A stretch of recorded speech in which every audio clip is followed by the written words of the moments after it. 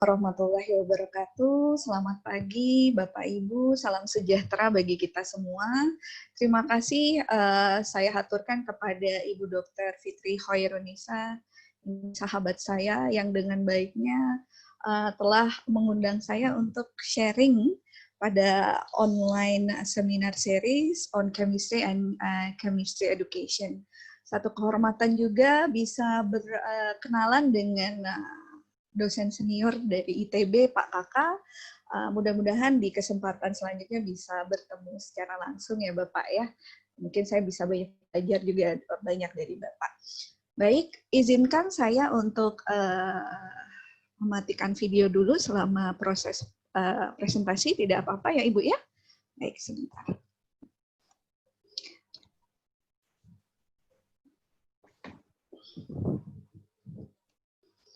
Apakah terlihat slide-nya? Tampil, Mbak. Sangat clear. Alhamdulillah. Baik. Ya, silakan, Mbak. Ya. Baik. Jadi judul yang diberikan untuk sharing di hari ini yaitu Chemistry in Daily Life ya, Curiosity and Misconception. Ini satu topik yang sangat menarik sekali ya, ringan dan renyah. Tadi Bu Fitri menyampaikan. Jadi memang selama ini banyak stereotipe yang mengatakan kalau kimia itu adalah sesuatu yang serius, yang membahayakan. Tapi pastinya tiap hari itu pasti kita tidak akan lepas ya selalu berkoneksi dengan bidang kimia ini. Dan kebetulan untuk aspek curiosity dalam bidang kimia atau rasa ingin tahu ini juga cukup penting yang terus terang mendriven banyak peneliti gitu ya, apalagi saya masih harus banyak belajar gitu untuk bisa meneliti satu topik penelitian yang pada dasarnya kami berharap bisa menyelesaikan beberapa permasalahan yang ada gitu. Dan terkait dengan miskonsepsi atau ada persepsi yang kurang tepat terhadap konsep ini juga memang perlu diluruskan dan tanggung jawab kita bersama gitu ya untuk bisa mengingatkan satu sama lain.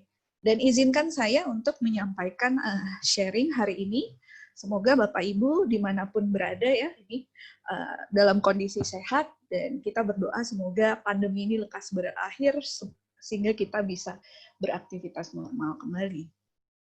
Baik, terkait mengenai curiosity dalam bidang kimia, terutama untuk saya sendiri tadi sudah saya sempat sampaikan, memang ini mendorong saya gitu ya, karena memang keingintahuan terhadap satu fenomena tertentu gitu atau satu masalah tertentu untuk bagaimana kalau kita teliti topik ini dan mudah-mudahan kita bisa menghasilkan karya penelitian yang bisa bermanfaat bagi banyak orang gitu.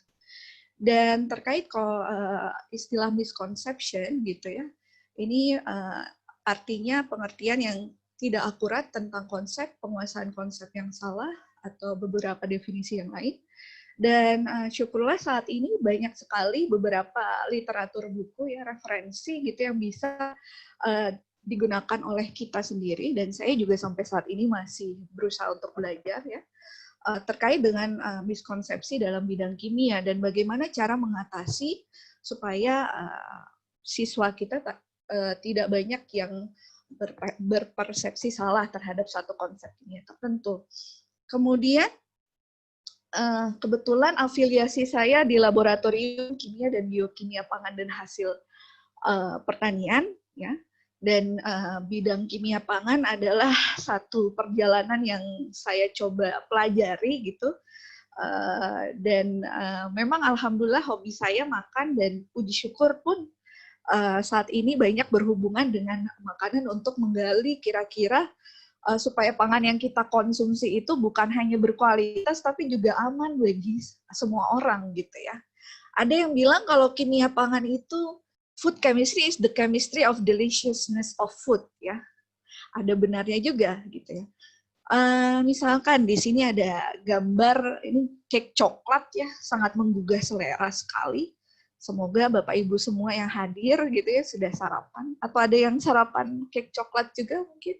Kalau kita lihat ternyata cake coklat itu ingredientnya itu penyusunnya itu komposisinya, contohnya ya di sini kita bisa lihat gambar ada gula ya, dari gula tebu yang ternyata kalau kita lihat dari fungsinya yang pasti untuk pemanis, tapi kalau dari struktur kimianya, wah ternyata gula tebu yang dominannya adalah sukrosa, dia merupakan polimer dari dua gugus monosakarida glukosa gitu.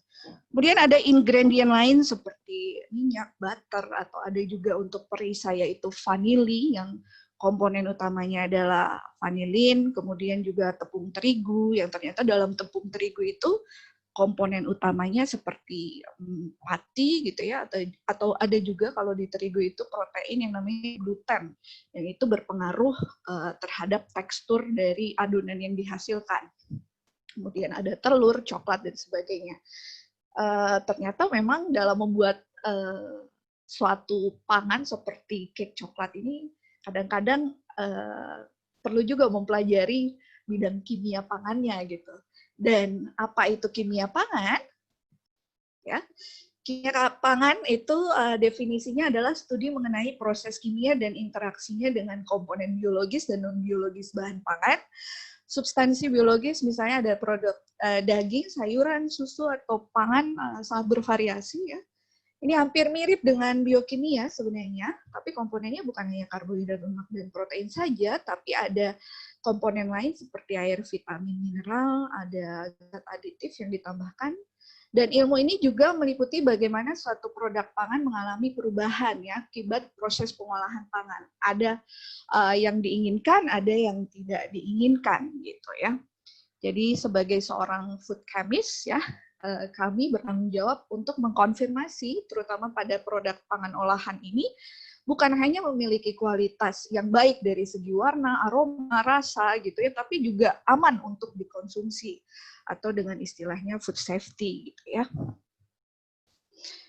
Nah, sempat saya singgung tadi bahwa dalam bidang kimia pangan kita juga mempelajari bagaimana suatu produk pangan mengalami perubahan selama proses pengolahan makanan gitu ya.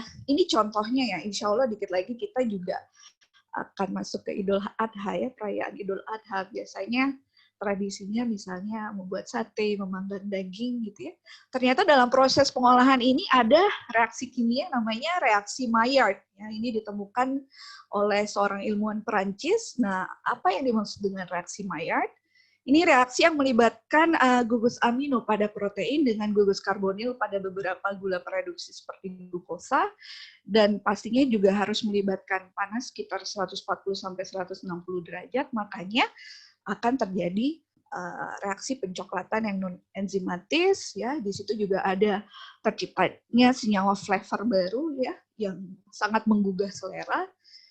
Dan ini reaksi ini juga terjadi pada saat proses roasting kopi atau pada saat membuat cookies atau membuat roti dan sebagainya gitu ya.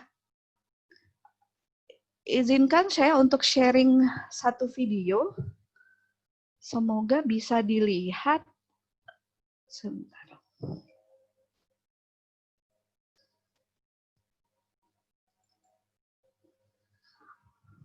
Apakah bisa terlihat? Sangat jelas, Mbak Ningrum.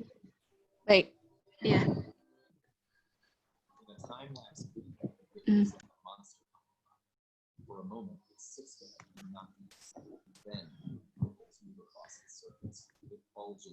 Ada audionya kah? Videonya? Oh, nggak ada audionya ya? Masuk tapi kurang terdengar jelas. Apa sudah terdengar? Ada. Terdengar pelan. Iya.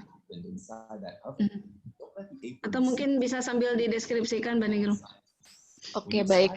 Dalam pembuatan cookies tadi ya, ternyata ada berbagai reaksi kimia yang terjadi di sana gitu ya. Misalnya ini suhunya di 90 derajat Fahrenheit ya, nanti mentega mulai meleleh gitu, membentuk satu sistem emulsi ya. Kemudian emulsi air dalam lemak gitu, water in oil. Kemudian selanjutnya pada suhu misalnya di sini, bentar. Oke, salah satu komposisi pembuatan cookies misalnya adalah telur ya. Namun sayangnya dalam telur mentah itu biasanya mengandung beberapa bakteri patogen seperti salmonella. Tapi kalau pada saat proses pembuatan cookies ya pada suhu 136 derajat Fahrenheit dia sudah mulai mati gitu ya.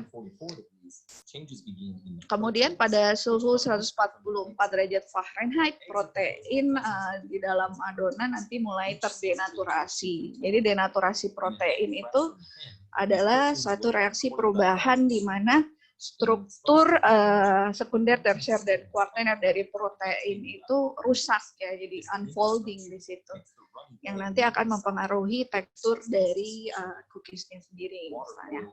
Kemudian pada suhu 212 derajat Fahrenheit, 100 derajat Celcius, air mulai menguap gitu ya, membentuk pori-pori di dalam cookiesnya itu sendiri yang nanti berpengaruh kepada tekstur cookiesnya. Kemudian terkadang kita menambahkan sodium bikarbonat ya ke dalam adonan ini untuk meng-create tekstur yang lebih baik di cookiesnya nanti. Ya.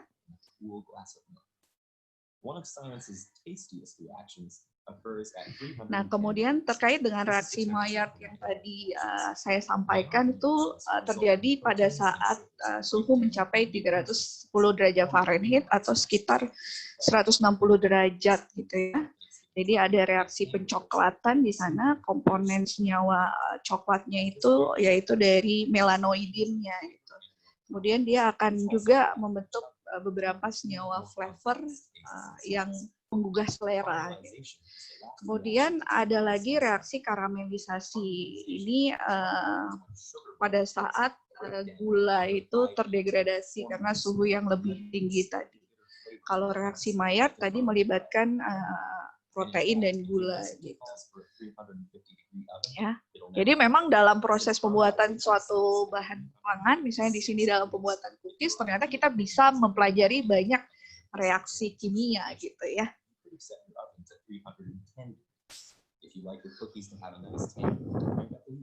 Caramelization continues up to 390 degrees. And here's another trick. You don't need that kitchen timer. Your nose is a sensitive scientific instrument. When you smell the nutty, toasty aromas of the Maillard reaction and caramelization, your cookies are ready. Grab your glass of milk, put your feet up, and reflect that science can be pretty sweet.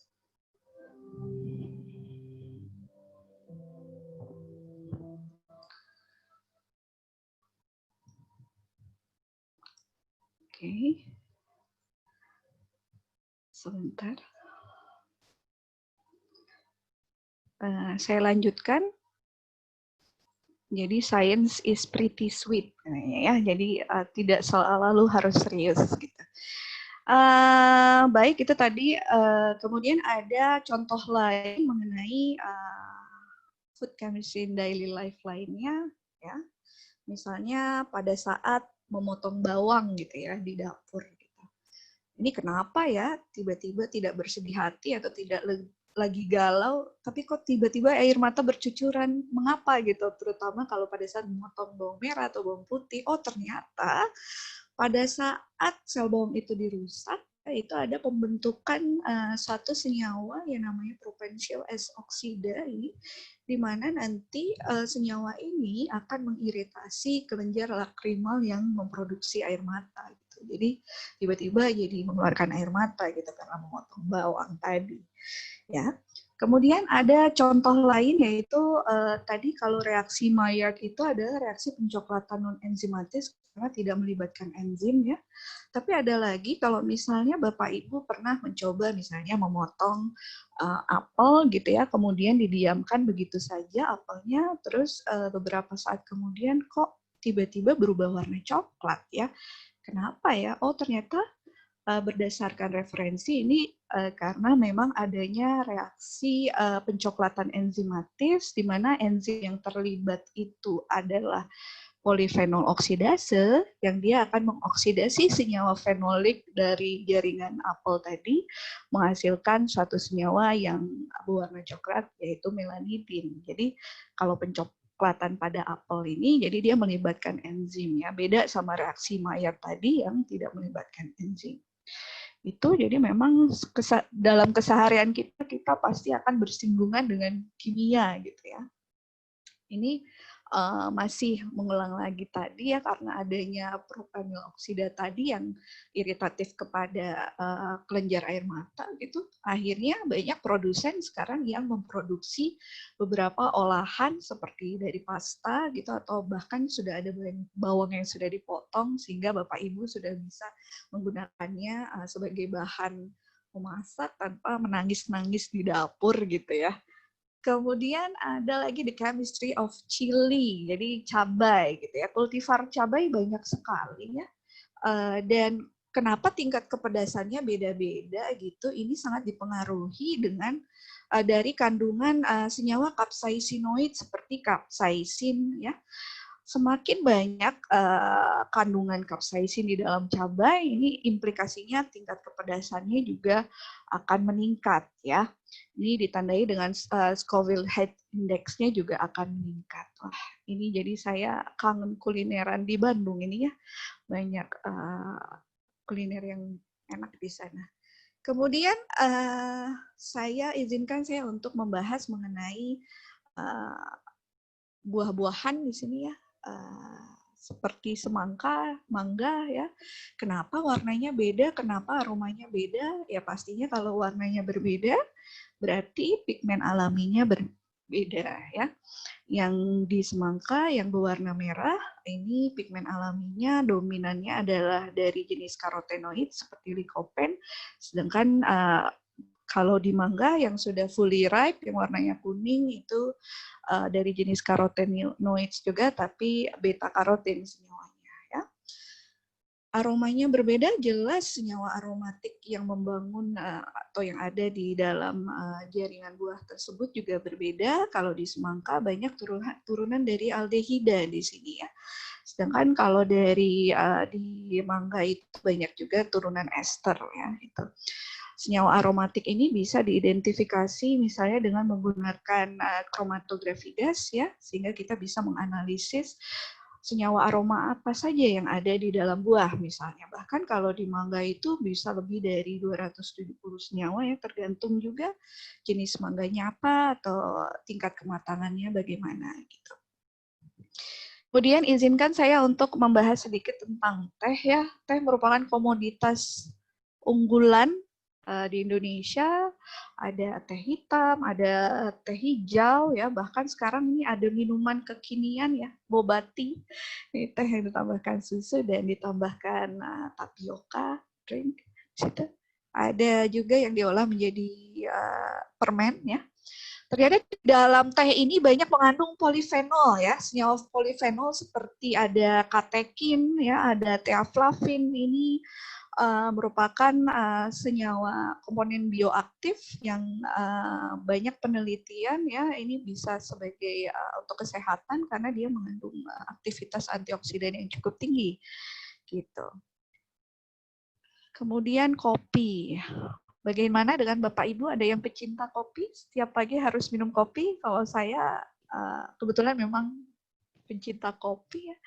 Ini untuk komponen kimia di dalam kopi, mungkin Bapak Ibu sering mendengar dengan istilah kafein. Ya. Ternyata juga ada senyawa lain yang dominan seperti asam klorogenat di sana yang nantinya akan membangun cita rasa kopi. Bahkan sekarang yang ada yang minuman kopi kekinian ini ya, dalgona kopi ya. Terus terang saya belum pernah buat, mungkin nanti habis webinar ini jadi akan mencoba gitu.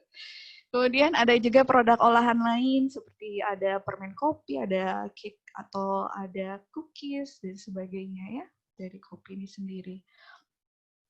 Dan beberapa tahun yang lalu alhamdulillah saya diberikan kesempatan untuk meneliti tentang daun pandan ini.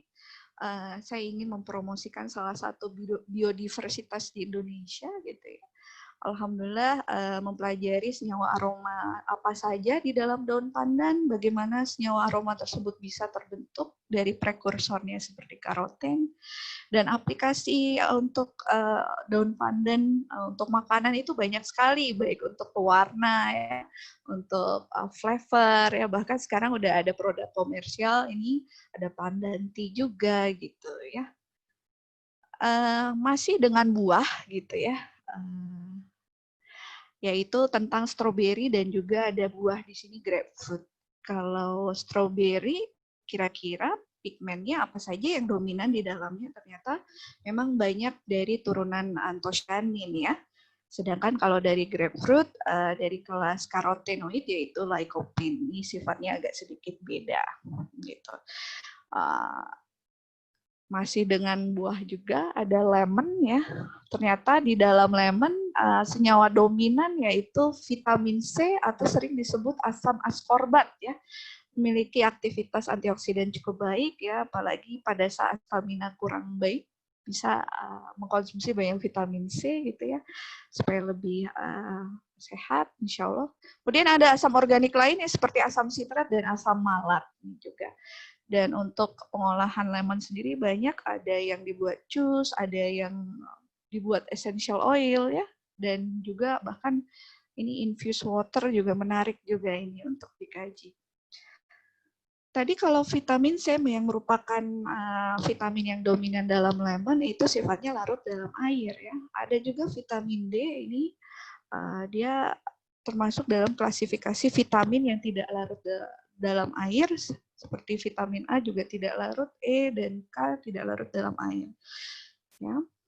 Nah, ternyata sintesis vitamin D di dalam tubuh berdasarkan penelitian ini akan dipercepat jika ada sinar UV. Makanya kenapa kita diharapkan berjemur ya tiap hari, dan alhamdulillah di Indonesia sepanjang tahun insya Allah ya, kecuali musim hujan ya paparan sinar mataharinya banyak, jadi tidak khawatir untuk mengalami defisiensi. Walaupun vitamin D juga bisa kita dapatkan dari makanan seperti dari susu, dari keju dan sebagainya. Kemudian ada komponen dalam bahan pangan yang lain yaitu dari kelas lemak ya, ternyata ini jenisnya ada yang masuk yang lemak tidak jenuh, dan ada juga trans fat. Ini diharapkan konsumsi trans fat yang banyak terkandung dalam makanan olahan bisa dikurangi karena ada dampak negatifnya juga. Berbicara tentang curiosity lagi gitu, alhamdulillah memang rasa ingin tahu ini banyak mendriven beberapa peneliti ya ini untuk melakukan penelitian yang harapannya bisa bermanfaat bagi masyarakat, dan berdasarkan dari data dari Royal Society of Chemistry, 94% dari peneliti itu bicara kalau penelitian yang dilakukan olehnya itu karena didriven atau didorong karena rasa ingin tahunya. Dan ini ada beberapa penelitian yang kami, yang pasti satu tim yang kami coba teliti beberapa tahun ini gitu ya. Dan contohnya tadi saya sudah bicara tentang beberapa senyawa aroma pada daun pandan, kemudian senyawa karotenoid yaitu yang bisa bermanfaat sebagai provitamin A, dan juga kami mencoba mengangkat potensi byproduct atau pengolahan byproduct atau limbah dari pengolahan buah ya. Yang misalnya di sini sayangnya dalam pembuatan sari buah markisa, sayangnya sari buahnya saja yang diambil dimanfaatkan, tapi byproduct-nya belum banyak dimanfaatkan. Padahal dia masih banyak mengandung beberapa komponen bioaktif yang masih bisa kita gunakan, seperti masih mengandung serat ya, atau ada karoten yang kita bisa recovery dari sana dan kita fortifikasi di matriks bahan pangan misalnya. Kemudian kami juga concern terhadap pengembangan gelatin yang halal gitu bersama tim. kami mencoba membuat gelatin halal dari ikan gitu, karena beberapa kali kami mengunjungi industri yang membuat filet ikan, sayangnya daging ikannya yang saja yang dimanfaatkan, tapi untuk misalnya kulitnya tidak termanfaatkan secara optimal. Padahal kita bisa mengekstraksi kolagen yang pada akhirnya kita hidrolisis kolagennya untuk membuat gelatin gitu ya. Dan gelatin itu pemanfaatannya sangat luas sekali ya, bisa sebagai zat pengemulsi atau untuk thickener agent atau untuk stabilizer gitu dalam bahan pangan gitu. Dan kami gunakan juga gelatin ini untuk pengembangan biodegradable packaging, karena masalah plastik ini juga satu masalah yang serius. Bagaimana kalau kita mencoba mendevelop satu kemasan yang ramah lingkungan, salah satunya bisa dikembangkan dari gelatin. Ini masih ongoing. Dan kami juga concern untuk meningkatkan potensi dari pangan lokal kita, misalnya tempe gitu ya. Tapi kami coba membuat tempe dari campuran kedelai dan juga koro pedang putih ini, ya, sehingga pada akhirnya sebenarnya kita Indonesia kaya akan jenis kacang-kacangan ya, tapi selama ini mungkin tempe yang banyak beredar itu hanya dari kedelai. Bagaimana kalau kita mencoba tempe dari jenis kacang-kacangan lain? Dan sayangnya memang kalau tempe segar itu umurnya kan pendek ya. Bagaimana supaya agak bisa teroptimalkan pemanfaatannya, kami coba buat tepung tempe gitu ya, pada dasarnya nanti bisa sebagai bahan baku untuk pembuatan pangan olahan seperti ada brownies, cookies, dan coklat. Ya, itu terkait dengan curiosity yang mendriven saya bersama tim untuk melakukan beberapa penelitian, harapannya bisa bermanfaat nanti ke masyarakat. Kemudian untuk topik miskonsepsi ya, sampai saat ini juga saya masih belajar gitu ya. Sebenarnya banyak buku referensi yang bisa dijadikan acuan terkait miskonsepsi di bidang kimia apa saja ya, dan bagaimana mengatasi supaya siswa tidak mengalami hal ini gitu ya, yang kita sampaikan juga fakta ya, bukan mitos atau bukan hoax ya. Ini hanya sekedar beberapa contoh saja. Contohnya mungkin beberapa waktu yang lalu ini ada berita yang beredar di masyarakat kalau mie instan ditambahkan betadin, yang maaf saya sebut merek ya di sini, yang sebenarnya itu adalah larutan iodin di dalamnya, itu kok warnanya jadi biru dan itu artinya beracun gitu. Ini kan berita yang tidak benar, karena memang konsepnya secara kimia, kalau satu larutan pati yang ditambahkan larutan iodin ya, nanti memang akan terbentuk kompleks warna biru. Kita bisa lihat di sini ya. Tapi kalau memang bahan pangannya tidak mengandung pati seperti susu atau tofu gitu atau apel ya, ya tidak berwarna biru gitu. Emang itu sudah konsep kimianya seperti itu ya. Jadi bukan membahayakan ya. Kemudian juga yang banyak beredar itu terkait keamanan pangan ya, sayangnya masih ditemukan mie yang ditambahkan formalin, yang pada dasarnya itu formalin adalah bahan tambahan yang dilarang dalam bahan pangan ini karena berbahaya sekali ya. Jadi memang sudah tanggung jawab kita sebagai konsumen juga menjadi seorang konsumen yang aktif ya, mencari tahu oh kira-kira gimana ya cara membedakannya. Salah satunya misalnya dari aromanya ya, yang kalau mie yang berformalin itu aromanya seperti aroma obat gitu ya, dan kalau disimpan dalam waktu yang lama dia tidak berjamur gitu, beda dengan mie yang tanpa formalin. Kemudian ini ada beberapa anjuran dari Badan POM ya, dari Badan POM bagaimana sebagai konsumen kita harus aktif juga gitu, mengingat memang banyak sekali ya isu-isu yang beredar terkait keamanan pangan di sekitar kita. Misalnya dengan mudahnya di sini dijelaskan apa sih 5 kunci keamanan pangan. Kita sebagai konsumen misalnya bisa dengan mudahnya melakukan ini. Jagalah kebersihan misalnya ya. Kemudian pisahkan pangan yang mentah dan yang matang ya, karena memang kalau yang mentah dia banyak masih mengandung mikroorganisme yang patogen gitu ya. Kemudian supaya tidak terjadi cross kontaminasi antara satu sama lain yang dipisahkan. Ya. Kemudian ada juga di sini masaklah dengan benar, dengan suhu yang tepat, dengan menggunakan instrumen yang juga berkualitas. Kemudian ada juga jagalah pangan pada suhu yang aman ya. Kalau misalnya kita beli daging segar, kemudian mungkin tidak hari ini kita olah, ada baiknya kita taruh di kulkas gitu ya, di suhu yang rendah atau di freezer. Kemudian yang pasti gunakan air dan juga bahan baku yang aman gitu. Kemudian juga ada anjuran untuk membaca label ya pada saat membeli pangan olahan.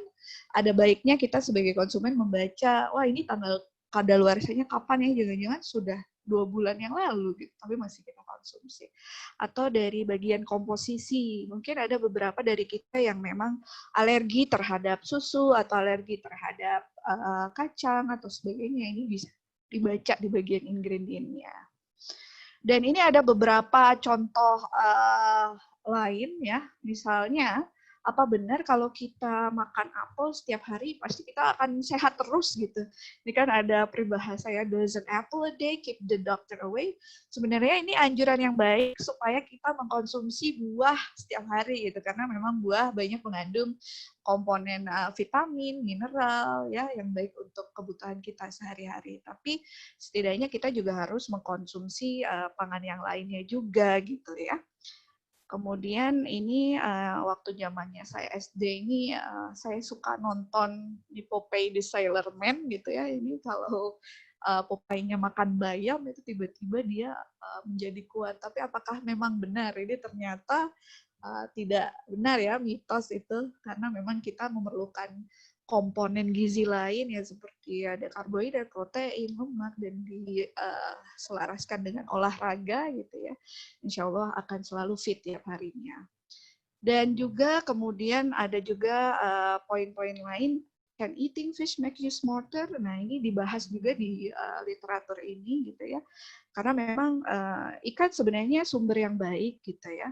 Ada penelitian yang meneliti perkembangan sel saraf, terutama pada anak-anak yang memang mengkonsumsi ikan ini akan lebih baik perkembangannya gitu ya. Tapi memang harus selalu diiringi dengan gizi yang seimbang. Ya. Kemudian terkait dengan anjuran meminum gelas, apakah memang harus selalu 8 gelas setiap harinya? Ini tergantung kebutuhan kita ya, apalagi kalau memang kita melakukan olahraga gitu ya, pasti memerlukan asupan air yang lebih banyak untuk menghindari dehidrasi.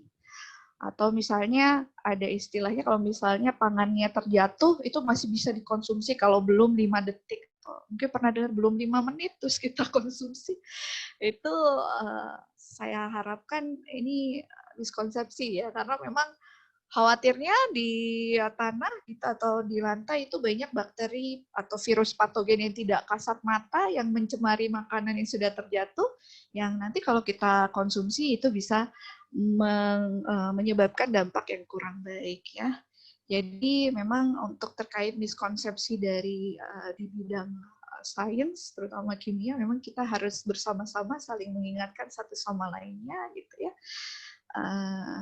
Dan mungkin itu saja dari saya, Bu Dr. Fitri Hoirunisa, dan terima kasih Bapak Ibu yang telah hadir di acara webinar hari ini. Mohon maaf kalau ada kata-kata yang kurang berkenan.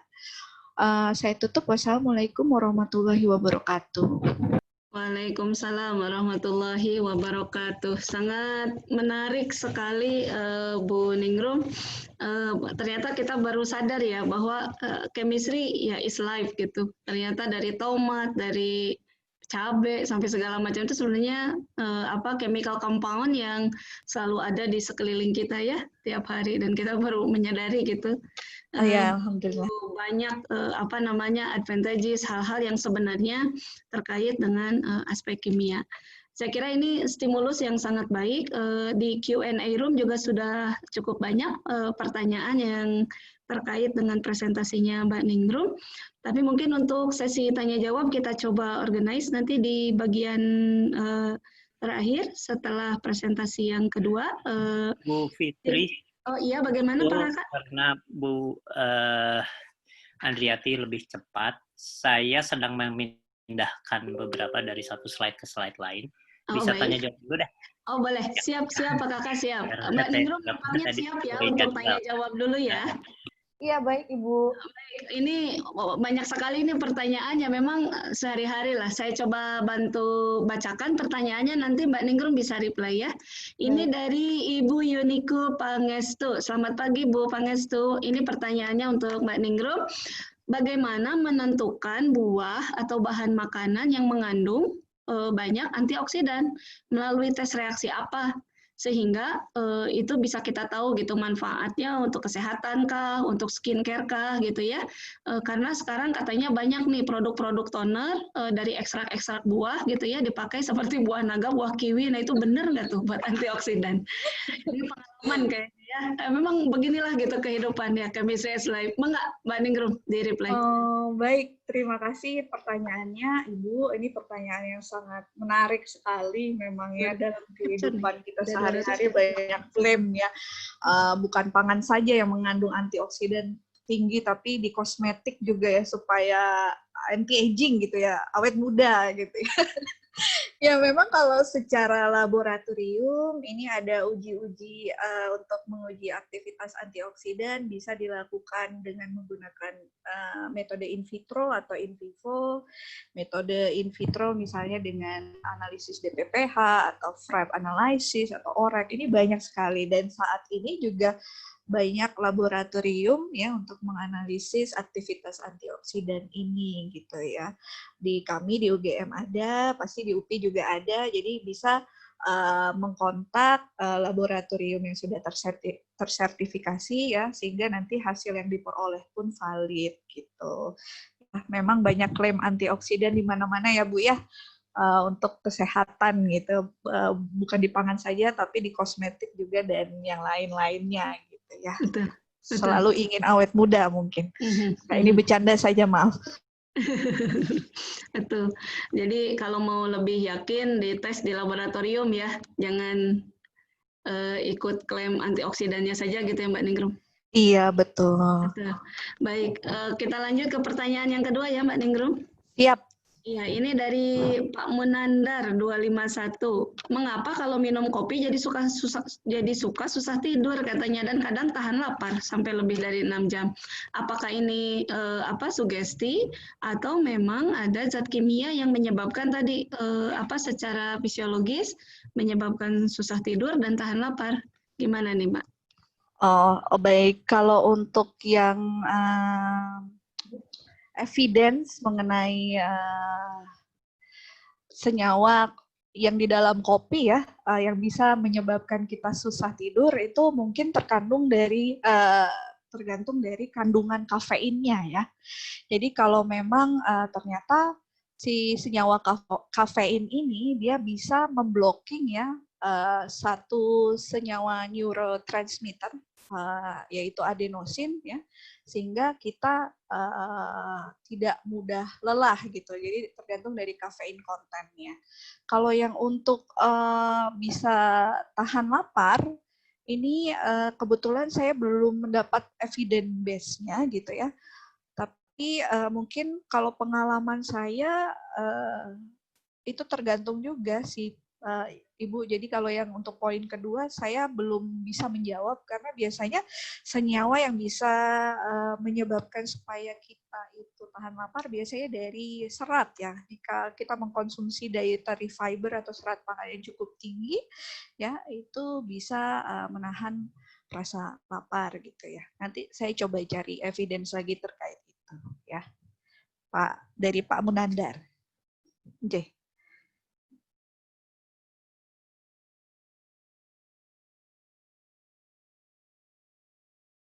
Maaf, Ibu Fitri masih di mute sepertinya. Iya. Oke. Terima kasih tanggapannya Mbak Ningrum. Ini coba kita bacakan yang dari YouTube juga. Cukup banyak pertanyaan di selang-seling biar terakomodasi. Selamat datang yang di YouTube. Ini pertanyaannya dari Ibu Rini Amina Seliha. Pertanyaannya bagaimana gizi pada makanan olahan? Apakah ketika makanan diolah itu kandungan gizinya sudah jauh berkurang? Contohnya kayak nugget, tempe bacem, dan selanjutnya. Kemudian satu lagi pertanyaannya dari Ibu Novi Lilis Suparti. Masih di YouTube channel juga. Ini pertanyaannya, bagaimana cara menurunkan dan memilih buah matang yang hasil fermentasi dengan buah yang memang benar-benar matang di pohon apabila kita membeli di toko. Kan kalau di toko nggak ada catatannya ya Bu Ningrum. Ini matangnya alami atau matangnya di fermentasi. Pertanyaannya sangat baik. Silakan. Baik, wah ini pertanyaannya hebat-hebat semua ini. Yang pertama untuk Bu Rini Aminah ya, apakah gizi pangan olahan ini mengalami perubahan gitu ya dibandingkan yang sebelum diolah? Pastinya ya akan mengalami perubahan. Tapi untuk memastikan kandungan gizi pada pangan olahan ya dengan salah satunya membaca label ya. Biasanya di situ di label ditulis kandungan gizi proteinnya berapa persen, misalnya di nugget gitu ya. Apakah ini sudah memenuhi kebutuhan kita gitu. Nanti biasanya di label itu akan dituliskan gitu ya. Kemudian kalau yang tidak ada labelnya bagaimana? Ya sejauh kualitasnya baik ya. Kemudian juga dari segi keamanan juga baik ya kita konsumsi saja ya. Kemudian terkait pertanyaan dari Ibu Novi ya, membedakan buah matang yang alami atau yang tadi difermentasi ya, atau mungkin yang kalau tidak salah ini beberapa penjual gitu ya kadang-kadang untuk mempercepat reaksi ripening atau pematangan pada buahnya itu biasanya ada juga yang dikarbit ya. Betul. Maaf sekali, sayangnya untuk penggunaan karbit itu sebaiknya tidak digunakan ya, karena ada penelitian yang meneliti ternyata karbit bisa berefek karsinogenik ya. Mungkin bisa dengan pematangan alami saja gitu ya, tidak perlu dikarbit atau teknik-teknik yang kurang baik menurut saya gitu. Atau bisa juga sebenarnya dengan sekarang ada teknologi itu yang bisa mempercepat proses pematangan secara alami seperti modified atmosphere storage atau control atmosphere storage. Ini ada beberapa teknologi terbaru yang bisa diaplikasikan, tapi mohon tidak menggunakan karbit lagi gitu untuk memicu pematangan dari buah ya. Itu Ibu yang bisa saya jawab. Iya. Ini pasti banyak nih seputar makanan ya. Ini ada pertanyaan jauh datangnya dari Padang Sidimpuan. Selamat pagi Ibu Latifah Hanum Siregar. Terima kasih sudah bergabung dengan webinar kami. Ada pertanyaan buat Mbak Ningrum. Katanya kalau kita mengupas bawang, mata kita jadi perih dan berair. Dari segi kimia, zat apa yang terkandung pada bawang dan bagaimana reaksi kimianya yang terjadi? Apakah reaksi redoks atau reaksi asam basa? Sehingga mata kita berair. Ini ya saya sama juga, saya suka bersedih Bu kalau potong ini bawang, apalagi jalan ke dapur. Mangga Mbak Ningrum.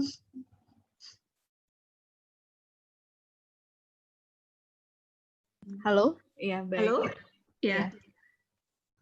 Maaf tadi saya agak cepat memaparkan terkait tentang tadi ya senyawa yang kalau kita pada saat memotong bawang, padahal kita nggak galau atau tidak bersedih, tiba-tiba bercucuran air mata, itu kenapa gitu ya? Oh ternyata ini ada senyawa propensial S oksida yang terbentuk ya, yang dia mengoksidasi yang dia bisa mengiritasi kelenjar mata kita. Jadi selama proses pemotongan bawang tadi ya ada aktivitas enzim alinase ya yang akan memecah senyawa asam amino sulfoksida membentuk propensial S oksida, yang sayangnya propensial S oksida ini sifatnya iritatif gitu pada kelenjar air mata kita. Jadi tiba-tiba keluar air mata saja gitu ya. Sifatnya iritatif gitu. Begitu Ibu Fitri, semoga bisa menjawab pertanyaan dari Ibu Siregar ya. Iya. Baik, pertanyaan berikutnya dari Ibu Florentina Maria Titin Supriyanti, ini dari dosen Departemen Pendidikan Kimia. Pertanyaannya, apakah ada hubungan antara kandungan kimia dengan fungsi kesehatan dari buah? Kemudian bersambung juga, apakah ada cara lain untuk menjaga fungsi buah dan sayuran selain dengan pendinginan, terutama untuk petani ya, dalam kondisi panen biasanya overpotensial nih, produknya banyak, tapi kadang kalau proses pasca panennya tidak baik kan jadi fungsi pangannya menjadi berkurang. Mangga, silakan Mbak Ningrum. Baik, wah ini pertanyaannya bagus sekali dari Ibu Titin yang pastinya expert juga, saling melengkapi ya Ibu ya. Saya coba jawab mengenai kandungan kimia pada buah gitu ya, dan efeknya terhadap kesehatan ya. Misalnya kalau kita lihat di sini semangka ya, di dalam daging buah semangka ternyata zat pigmen alami yang banyak di semangka itu dari likopen ya. Sebenarnya likopen ini adalah dari kelas karotenoid yang kita juga bisa temukan juga di buah dan sayur lain ya. Dan ternyata berdasarkan beberapa penelitian memang dia memiliki aktivitas antioksidan yang cukup baik begitu. Begitu juga misalnya pada mangga ya. Di mangga juga ada senyawa beta karoten yang dia juga bisa sebagai antioksidan gitu. Jadi memang banyak sekali. Kemudian pada buah stroberi ya tadi saya sempat jelaskan juga misalnya di stroberi ternyata pigmennya alaminya itu dominannya bukan lycopene tapi justru dari turunan senyawa antosianin ya gitu, bisa dari cyanidin atau delphinidin atau pelargonidin gitu ya, yang itu dia sifatnya larut dalam air ya, ini juga punya gugus fenolik cukup banyak yang dia bisa berfungsi sebagai ada aktivitas antioksidannya juga. Nah kemudian pertanyaan kedua terkait dengan memang saat ini pada saat petani memanen buah gitu pada masa panen, kemudian pada saat distribusinya itu tidak bisa berjalan dengan baik, pada akhirnya menyebabkan banyaknya loss atau dibuang begitu saja hasil panennya gitu. Itu kan sayang sekali. Kalau kita tidak menerapkan teknologi pasca panen yang tepat, sehingga nanti pada akhirnya bisa menyebabkan losses yang banyak di hasil panennya gitu, menjadi limbah gitu ya. Sebenarnya kalau selain teknologi pendinginan ada juga misalnya teknologi modifikasi atmosfer gitu ya. Karena memang beberapa buah ya walaupun setelah dipanen terutama kalau dia masuk dalam kategori buah klimakterik ini dia laju respirasinya masih tinggi gitu. Dan pada dasarnya kalau laju respirasinya masih tinggi nanti dia mudah mengalami senescensi misalnya. Atau produksi etilen yang memacu kematangan juga akan tinggi kalau masuk dalam kategori buah klimakterik yang nanti juga bisa mempercepat proses senescence ya. Ini dengan memodifikasi kandungan oksigennya misalnya dalam satu packaging atau dalam suatu ruangan diturunkan gitu ya. Kemudian kandungan karbon dioksidanya bisa ditingkatkan dan juga misalnya juga bisa di-flush dengan gas nitrogen. Mungkin ini akan menambah kos ya pada dasarnya. Tapi ada juga teknologi lain misalnya untuk menghambat sintesis etilen yang memacu terjadinya senescensi pada buah gitu ya. Itu bisa dengan menambahkan etilen blocker. Jadi nanti buahnya tidak memproduksi etilen sehingga tidak mudah rusak gitu. Itu misalnya senyawa etilen blocker ada yang disebut dengan MCP, metilsiklopropen, ini bisa menjaga kesegaran dari buah ya, atau bisa pakai etilen absorber lain gitu. Jadi memang perlu teknologi pasca panen yang tepat sehingga nanti buah yang sudah dipanen dalam jumlah banyak tadi tidak tersia-siakan saja gitu. Itu yang bisa saya jawab, Ibu. Semoga bisa menjawab nanti. Baik, ini pertanyaan masih deras masuk ke Q&A dan juga di YouTube. Ini saya lari ke YouTube sedikit. Ini dari Ibu Ai Rohayati. Selamat pagi, Bu Ai. Ada pertanyaan tentang infused water ini, Mbak Ningrum. Ini kan lagi ngetren ya. Apa sih istimewanya infused water gitu bagi kesehatan dibandingkan dengan kita mengkonsumsi buahnya secara langsung? Mangga, silakan Mbak Ningrum. Baik, terima kasih pertanyaannya dari Ibu Ai. Ini menarik terkait infused water gitu ya. Memang biasanya cara pembuatan infused water dengan misalnya tadi saya tampilkan mungkin ya. Lemon ya hanya dipotong begitu saja atau bisa buah-buahan lain gitu ya, Ibu dimasukkan ke dalam air. Sebenarnya ini juga selain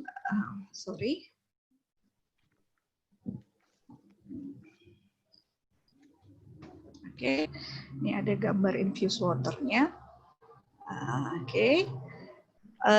Ini ada lemon atau ada potongan mentimun atau bisa juga dengan strawberry dan yang lain-lain. Kita bisa membuat resep infused water yang bervariasi.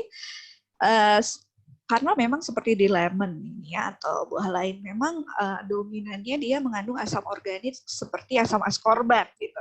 Dan ini kan vitamin C dan dia larut dalam air gitu ya. Jadi tidak kita minum itu ada vitamin C-nya gitu yang bisa berfungsi untuk kontribusi ke kesehatan kita gitu ya sebagai antioksidannya gitu. Kemudian juga ada flavor juga senyawa yang larutnya kan jadi segar gitu. Jadi tidak hanya sekedar meminum air saja gitu misalnya yang rasanya plain gitu ya. Jadi kita juga bisa mencukupi kebutuhan akan air juga gitu ya, tidak mudah mengalami dehidrasi gitu. Tapi dengan buah segar juga tidak apa-apa, itu tergantung kesukaan ya, preference ya gitu. Itu saja dari saya Ibu gitu. Ya. Boleh dengan memvariasikan tadi. Baik, kita kembali lagi ke Q&A. Ini ada dari Pak Abdul Rashid. Bagaimana cara mengedukasi anak-anak untuk menghindari dampak negatif dari penggunaan zat aditif pada makanan atau minuman? Misalnya di saus, makanan ringan gitu ya, yang lain-lain. Silakan, Mbak. Oke, ini juga menarik sekali ya gitu ya.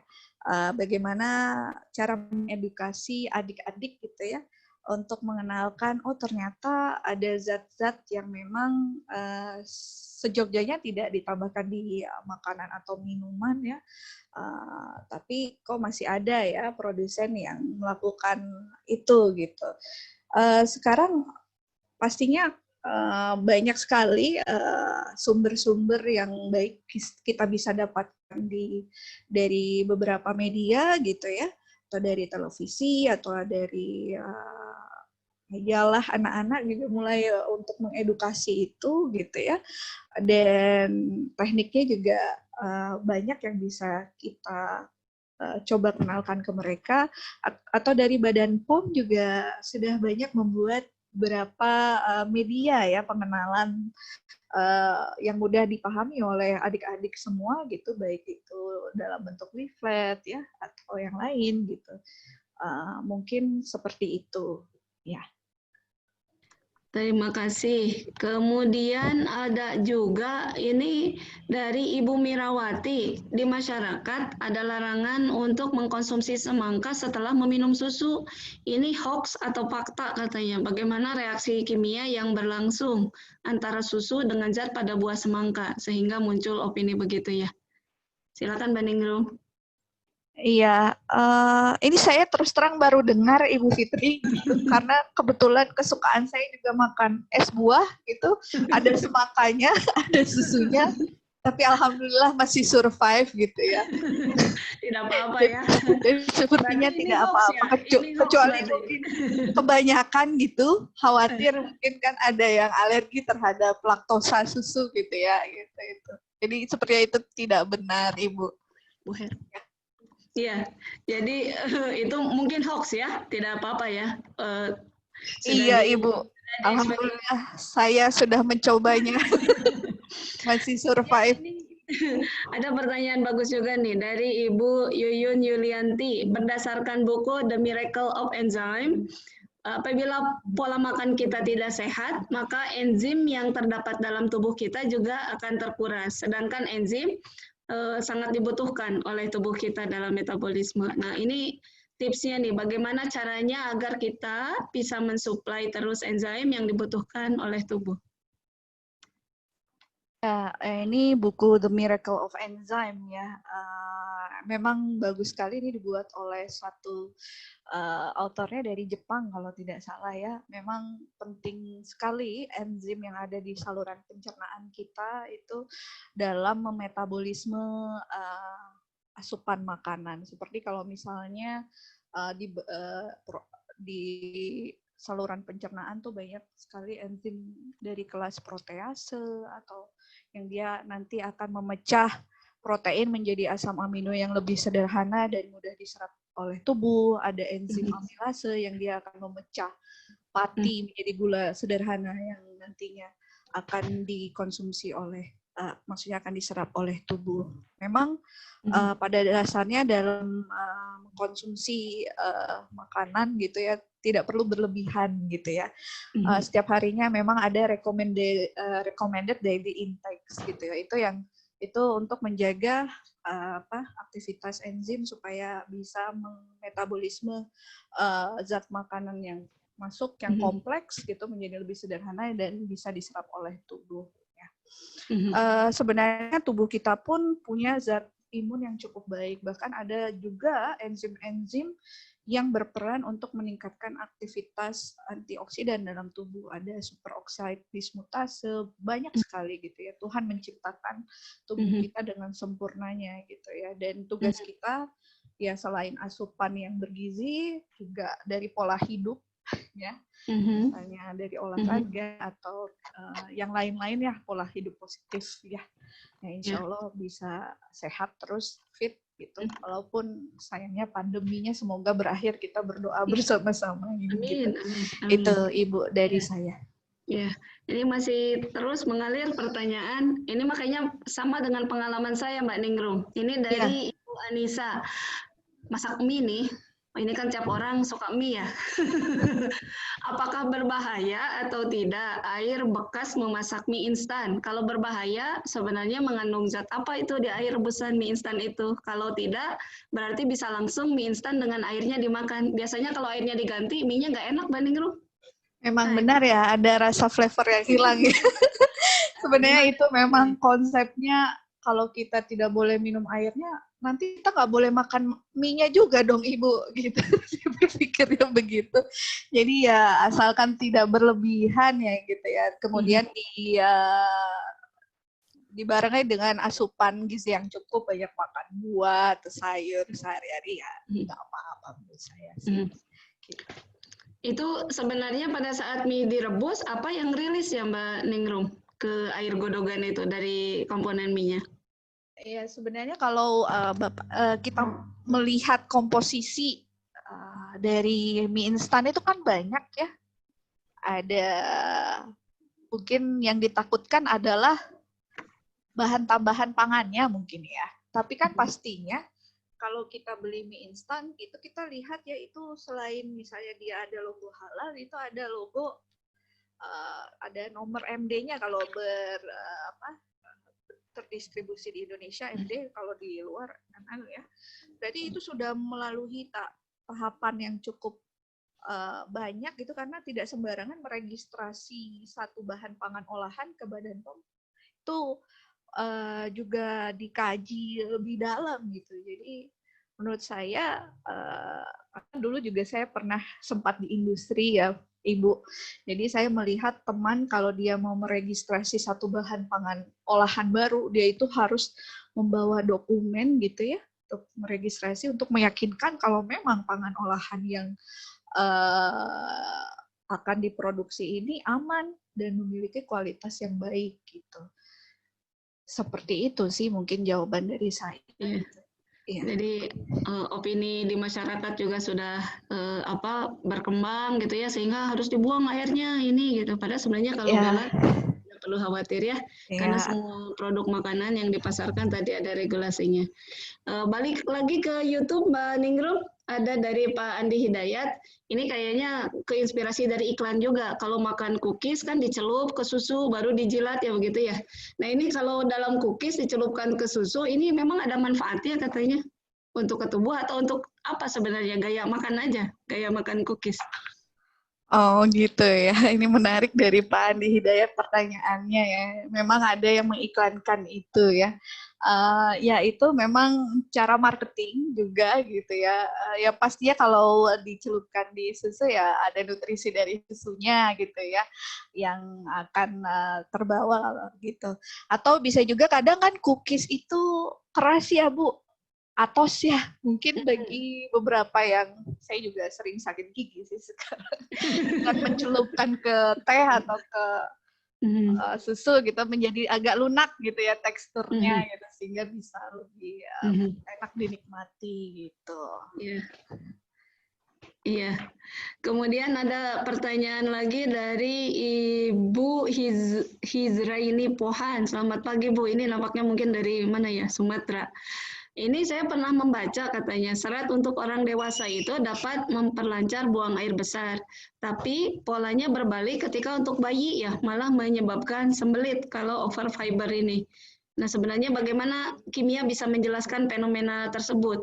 Karena dulu kalau bayi katanya ada bayinya Ibu Hizriani ini ketika dikasih pepaya malah sembelit, bukan malah lancar. Gimana nih, Mbak? Iya, benar sekali. Memang kecukupan terhadap satu nutrisi tertentu itu berbeda-beda antara bayi, kemudian remaja, kemudian dewasa. Ini ada recommended daily intake-nya. Dan bahkan sekarang berkembang yang istilahnya personalized nutrition. Jadi mungkin tiap orang ini memiliki kebutuhan yang agak berbeda-beda ya. Saya punya teman dekat yang tadinya dia tidak mengalami alergi kalau dia mengkonsumsi susu. Karena di susu itu banyak mengandung laktosa ya.